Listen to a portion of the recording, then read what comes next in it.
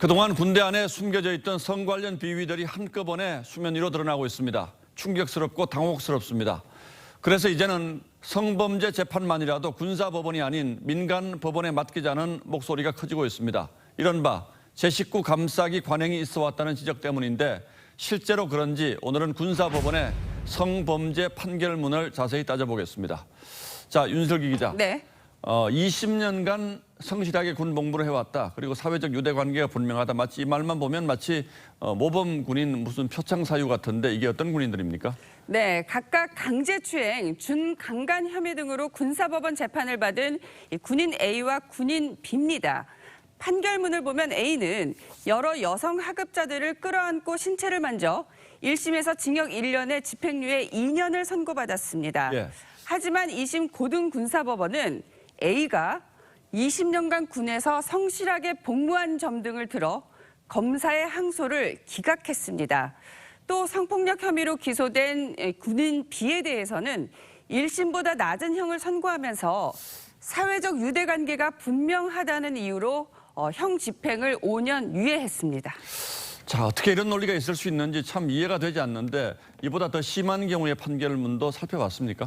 이 성폭행과 감금치상 혐의로 기소된 군인 C에 대해 2심 군사법원은 지난해 징역 3년에 집행유예 5년을 선고했는데요. 재판부는 판결문에 잘못을 반복하지 않겠다고 한 피고인의 다짐은 믿을 수 있다.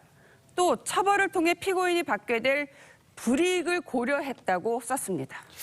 예, 뭐 이런 경향이 일부 판결만 이런 겁니까? 아니면 전체적인 분위기가 이런 겁니까?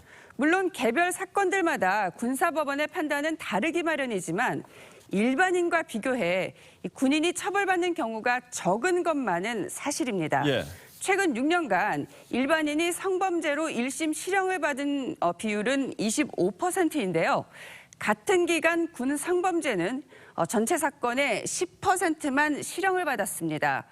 그런데 군인의 경우 이 처벌 수위만 가지고 똑같이 비교하기는 어렵다는 반론도 있습니다. 성범죄로 집행유예만 받던 벌금형 1,000만 원을 받더라도 군복도 취급도 잃고 연금도 박탈돼요. 20년간 연금 부었던 거. 과연 동일하게 그런 판단을 할 거냐. 예, 그러나 이런 논리로 봐준다면 억울한 피해자가 양산될 수밖에 없겠군요. 그렇습니다. 그래서 재판이 어느 쪽에도 치우침 없이 공정하려면 보시는 것처럼 판사, 검사, 변호사가 서로 독립적이고 팽팽한 균형을 이루는 관계여야 합니다. 예. 그런데 군사재판은 판사, 검사, 변호사 관계가 이렇지 못할 가능성이 높다는 게 문제로 꼽히죠. 판사하고 검사하고 둘 다 군 법무관이에요. 국선 변호사까지 군 법무관이다. 그들 사이에는 계급이라는 위계 질서가 있어요. 같은 집단이라는 거죠. 예, 결국 군 성범죄 문제를 개인적인 문제로 국한시키지 말고 전반적인 제도의 문제를 다시 한번 살펴봐야 될 때가 됐다. 이렇게 봐야겠군요. 그렇습니다. 예, 윤슬기 기자 잘 들었습니다.